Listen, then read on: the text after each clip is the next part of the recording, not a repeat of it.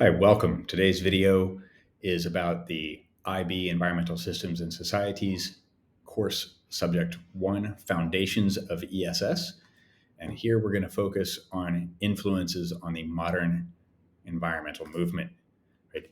The big idea here is that historical events and other influences have an impact on the way people perceive and respond to environmental issues around the world. We call that worldview an environmental value system. And the inputs to value systems come from a variety of sources. They can come from literature, other media, major environmental disasters, often which are depicted on the media, such as television, um, international agreements, and new technological developments. The list I'm going to share with you today is not comprehensive, but it's a really good start. And I've tried to put it in by category. So we'll begin with some things from literature. In the mid 1800s, Henry David Thoreau's Walden introduced this idea of transcendentalism, that nature is divine. And he clearly promoted what we call self-reliant, soft ecologist. That's an ecocentric or an earth-centric environmental value system. Right?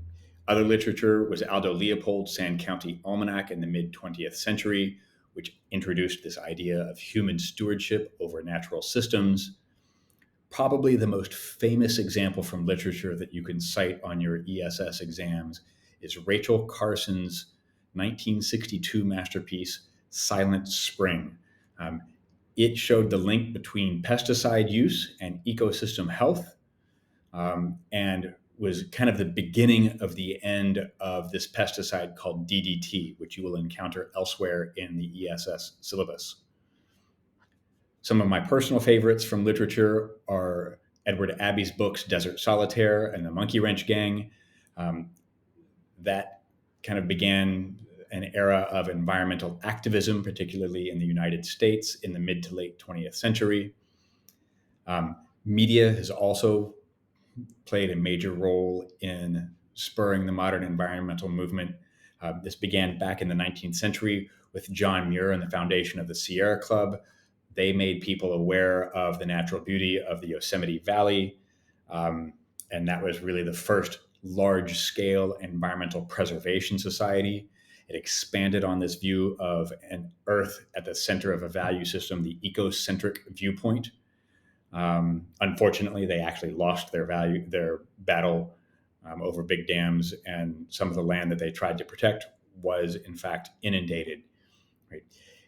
Media plays a big role in people being exposed to natural disasters. A very famous natural disaster that unfolded on television was the Bhopal disaster in India in the mid-1980s, where literally overnight, thousands of people and livestock died from a gas leak. Union Carbide was seen as this big, kind of faceless corporate entity that ultimately paid very little in penalties compared to the human life that was lost. It made people realize kind of the ugly side of industrialization, particularly how they were exploiting poor or impoverished people around the world. Chernobyl in mid 1980s again played out on national television around the world. At the time, it was the worst nuclear disaster in history, and it really brought home this idea that environmental issues are not confined to a single national border, because people watched this cloud of radiation drift across Europe.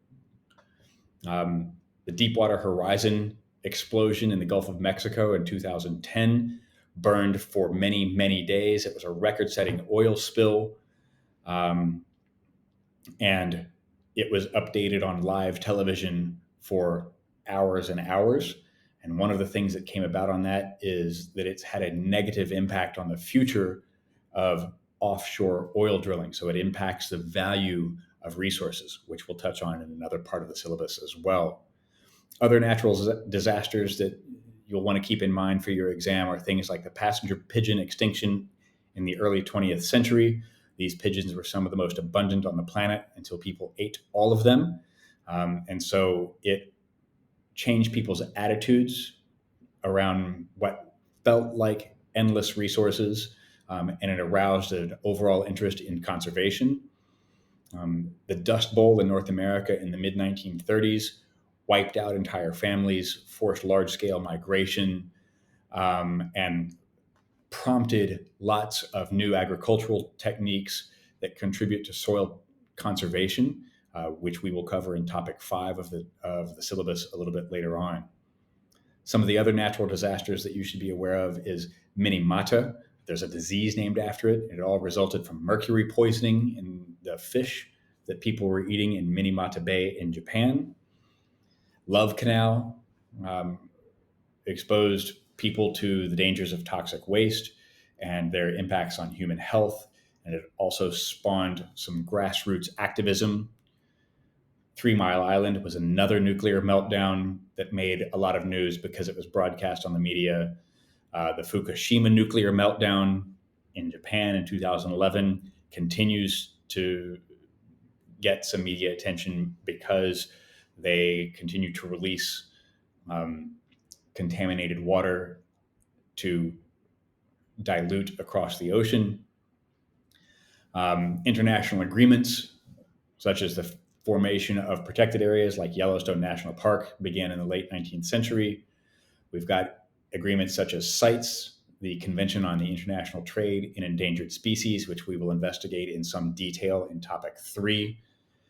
The Brundtland Report, which actually brought about the idea of sustainable development, which we will touch on later on in topic 1, and the Montreal Protocol, which we will study extensively in topic 6, and is an example you absolutely must have when you go into the exam because it is broadly considered the most successful international agreement on an environmental issue in history. Right? We also had many Earth summits, all the different COP summits that have happened over the years, the Kyoto Accord, the Paris Climate Conference in 2015. All of these events shape the way people perceive environmental issues around the world and respond to them and change their behaviors or not change their behaviors. Those worldviews are called environmental value systems, and these are the influences on them.